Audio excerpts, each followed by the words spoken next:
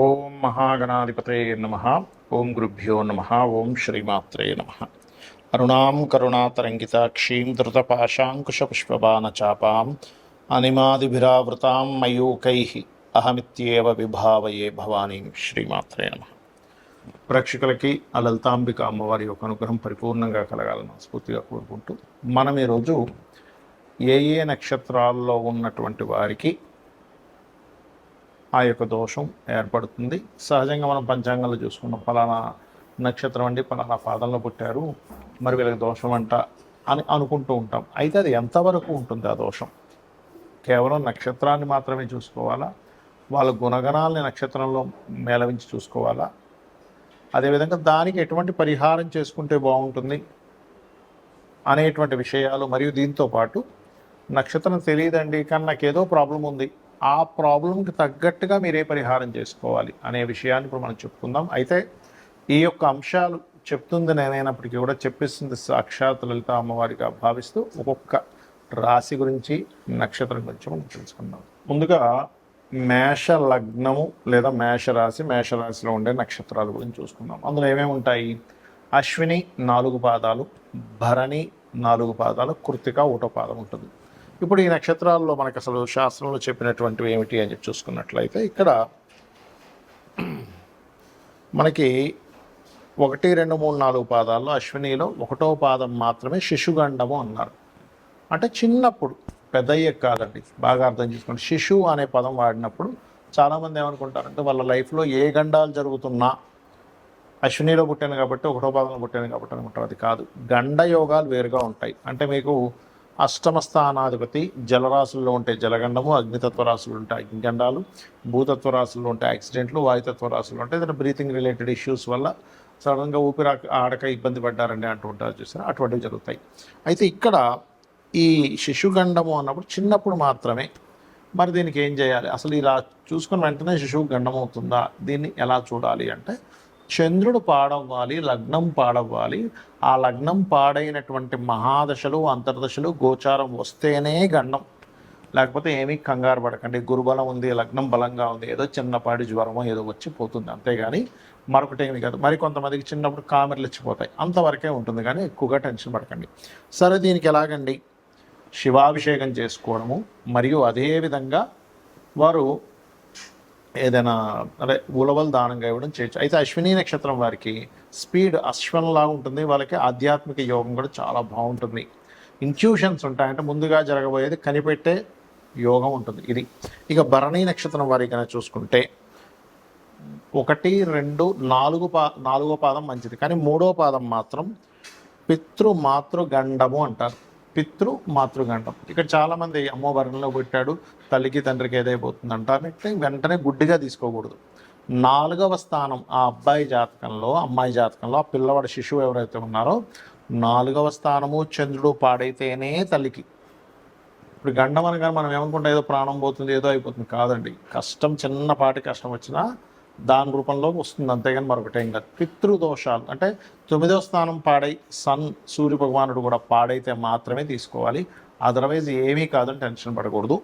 ఇంకా అదేవిధంగా కృత్తిక 1వ పాదం ఇందులో ఉంటుంది. కృత్తిక 1వ పాదానికి ఎటువంటి దోషాలు లేవు. ఇది ముఖ్యంగా గుర్తుపెట్టుకోండి. అయితే భరణి నక్షత్రం వాళ్ళకి ధరణిని వెళ్తారు, గుర్తుపెట్టుకోండి. వాళ్ళు భూములు ఖచ్చితంగా సంపాదించుకుంటారు. వాళ్ళకి 4th హౌస్ కనుక బాగుంటే ఇంకా తిరుగులేదు వాళ్ళకి. కృత్తిక 1వ పాదం వారికి ఏంటంటే కొంచెం హుందాతనము, నేను చెప్పింది జరగాలనే కొద్దిగా మైండ్లో ఆ రాయల్టీ, అథారిటీ తత్వం అయినటువంటి మైండ్ ఉంటుంది. చాలామందికి ఈ యొక్క గండంలో పుట్టాము కదా, ఇది ఎప్పటి వరకు ఉంటుందని సందేహం కలుగుతూ ఉంటుంది. చిన్నప్పుడు మాత్రమే ఉంటుందండి. 12 సంవత్సరాల లోపల మాత్రమే ఈ నక్షత్ర గండం అనేటువంటిది నడుస్తూ ఉంటుంది. అందులో కూడా శిశువుకైతే శిశు సంబంధించినటువంటిది అంటే ఏంటి, లగ్నం పాడైనటువంటి మహాదశలు రావాలి. అంటే లగ్నం మీద పాపగ్రహ సంచారము, లగ్నాధిపతి వెళ్ళి పాపగ్రహాలతో కూడి ఉన్నటువంటి మహాదశ, అంతర్దశలు రావడం, దానికి గోచారం అనుకూలించినప్పుడు మాత్రమే చిన్నతనంలో అనారోగ్యంతో బాధపడతారు. దానికి నక్షత్ర శాంతి మరియు అదేవిధంగా ఆ గ్రహశాంతి, నక్షత్ర గ్రహశాంతులు, శివాభిషేకం చేసుకోవడము, ఇంట్లో ఏదైనా పారాయణం చేయడము, చండీ పారాయణం లాంటివి చేసుకుంటే క్లియర్ అయిపోతుంది. పెద్ద అయిపోయిన తర్వాత మీరు దాని గురించి ఏమి 1% కూడా పనిచేయదు, గుర్తుపెట్టుకోండి. ఇక తల్లికి తండ్రికి అన్నారనుకోండి, ఇందాక నేను చెప్పినట్టుగా చంద్రుడు పాడవ్వాలి, రవి పాడవల తల్లిదండ్రి అయితే అప్పుడు వాళ్ళకి సంబంధించిన దానము శాంతి చేసుకుంటే అక్కడ క్లోజ్ అయిపోతుంది. దాని గురించి జీవితాంతం మీరు బాధపడుతూ ఆలోచించాల్సిన అవసరం లేదు. మేనమామ గండం అంటారు కొన్నిసార్లు. అప్పుడు కూడా వీళ్ళకి బుధగ్రహం పాడవ్వాలి. పిల్లల జాతకాలు బుధగ్రహం పాడవి, ఆడో స్థానం కూడా పాడైతేనే. అలాగా కండిషన్ చూసుకోకుండా ఊరికే మేనమామకి గండం అంటే అనుకోవడానికి వీలు లేదు. ఇది ఖచ్చితంగా చెప్తున్నాను. మీరు కావాలంటే ఒక 10,000 జాతకాలు తీసుకొని రీసెర్చ్ చేయండి. నేను రీసెర్చ్ చేసి చెప్తున్నటువంటి అంశం ఇది ఖచ్చితంగా. అలాగే మరికొంతమందికి ఎలా ఉంటుందంటే వాళ్ళకి చిన్నప్పుడు నోట్ చేయరు, కానీ వాళ్ళకి ఏదో ఇబ్బంది వస్తుందండి, నాకేదో ఇబ్బంది ఉంది, నాకు తెలియట్లేదు, జాతకం లేదంటూ ఉంటారు. అలాంటప్పుడు 2 విధానాలుగా మనం తెలుసుకోవచ్చు. ఒకటి ప్రశ్న వేసి తెలుసుకోవచ్చు, అంటే వాళ్ళు అడిగిన సమయానికి ప్రశ్నలో వస్తుంది ఒకటి. ఇక రెండవది ఏంటంటే మనకున్న సమస్య బట్టి మనం తెలుసుకోవచ్చు. అంటే ఎలాగా, జీవితంలో అనీజీగా ఉంటున్నాను, ఎప్పుడు ఎవరి మీద ఒకరి మీద ఆధారపడుతున్నాను, నేను ఎప్పుడు ఎదగలేకపోతున్నాను అన్నప్పుడు లగ్నం ఎక్కడో పాడైంది, దశమం పాడైంది అని అర్థం చేసుకోవాలి. అలాంటప్పుడు మీరు ముఖ్యంగా చేయవలసింది ఏంటంటే లక్ష్మీ నృసింహస్వామి యొక్క ఆరాధన అద్భుతంగా పనిచేస్తుంది. అది మీకు లగ్నమా రాస ఏమక్కర్లేదు, లేదా హనుమత్ ఆరాధన మీకు ఖచ్చితంగా ఒక స్టేజ్కి తీసుకెళ్తారు స్వామివారు. కాబట్టి నమ్మకంగా చేసుకోండి. ఇక రెండవది ఏమంటే నాకు ఫైనాన్షియల్గా చాలా ఇబ్బంది ఉందండి అంటే మీకు గనక జాతకం తెలిస్తే, మీ జాతకం ఉంటే కనుక 2వ భావం ఎలా ఉందో చూసుకోవాలి. 2వ భావాన్ని ఏ గ్రహాలు కవలించున్నాయి, ఏ గ్రహాల మధ్య ఉంది, పాపకట్టెల్లో ఉందా, లేకపోతే దానికి వ్యతిరేకమైనటువంటి మహాదశా ఫలితాలు జరుగుతున్నాయి చూసుకోవాలి. అలాంటప్పుడు లలితా సహస్రనామాల్లో చక్కగా మీరు ఓం సంపత్కరి సమారూఢ సింధుర వ్రజసేవితాయ ఏ నమః అనుకోవచ్చు. అదేవిధంగా ఓం ధర్మాధ్యక్ష ధనాధ్యక్ష ధనధాన్య వివర్ధనీయ నమః చదువుకోవచ్చు. అలా కాదండి, కొంతమంది అంటుంటారు ఏమండి మాకు అన్నదమ్ములతోని అక్క చెల్లెలతోనే నా జీవితం అంతా పాడైపోయింది, మరి ఇప్పుడు ఎలాగా, నాకు వాళ్ళ నుంచి ఇంకా విముక్తి కలగదా. ఇక్కడ మనం అర్థం చేసుకోవాల్సింది ఏమిటంటే అసలు వీళ్ళతో ఎందుకు వస్తుంది గొడవ, పూర్వజన్మల నుంచి వస్తున్నటువంటి వాసన అది. పూర్వజన్మల్లో మీరు ఇబ్బంది పెట్టుంటారు వాళ్ళు, అందుకని ఇప్పుడు ఈ జన్మలో వారు మిమ్మల్ని ఇబ్బంది పెడుతున్నారనే విషయాన్ని అర్థం చేసుకొని వాళ్ళతో మొట్టమొదటిగా చేసుకోవాల్సిన రెమెడీ ఏంటంటే మీరు ఫస్ట్ గొడవలు మానేయాలి. చేస్తున్నా కొద్దీ జన్మలు వెళ్తూ ఉంటుంది, గుర్తుపెట్టుకోండి. అలాంటప్పుడు మీరు ఓం కర్పూర వీటి కామోద సమాకర్ష దిగంతర లేదా ఓం కనకాంగద కేయూర కమనీయ భుజాన్విత, ఇది మీకు ఏదైనా ఒక పని చేయాలంటే భయం వేస్తున్నప్పుడు కూడా జరుగుతూ ఉంటుంది. ఇక విద్య అబ్బదు కొంతమందికి. చాలామంది అనుకుంటారు ఈ నక్షత్రంలో పుట్టాం కాబట్టి విద్య అవ్వట్లేదు అనుకుంటారు. అది అలా కాదు, 4వ భావం పాడవుతుంది, గుర్తుపెట్టుకోండి. అప్పుడు మీరు చేయవలసింది ఏమిటి అంటే 4వ అధిపతి ఎలా ఉన్నాడు, బుధుడు ఎలా ఉన్నాడో చూసుకుంటూ పర్టికులర్గా మీరు మీ యొక్క జాతక చక్రంలో 4వ అధిపతి ఎలా ఉన్నాడు ఏమిటని చెక్ చేసుకొని దానికి సంబంధించిన రెమెడీలు చేసుకోవడము, అందులో ముఖ్యంగా హయగ్రీవ స్తోత్రం చదువుకోవడం చేస్తూ ఉండాలి.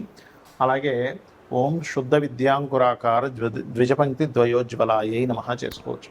ఇక సంతానం లేదు, కొంతమందికి సర్పదోషాలు ఉంటాయి, దానివల్ల అవ్వదు, దానికి ఏమి కంగారు పడకుండా దత్తాత్రేయుడిని దిగంబర శ్రీపాదవల్లభ దిగంబర. అప్పులు ఎక్కువగా ఉన్నాయండి, అపర్ణాయై నమః.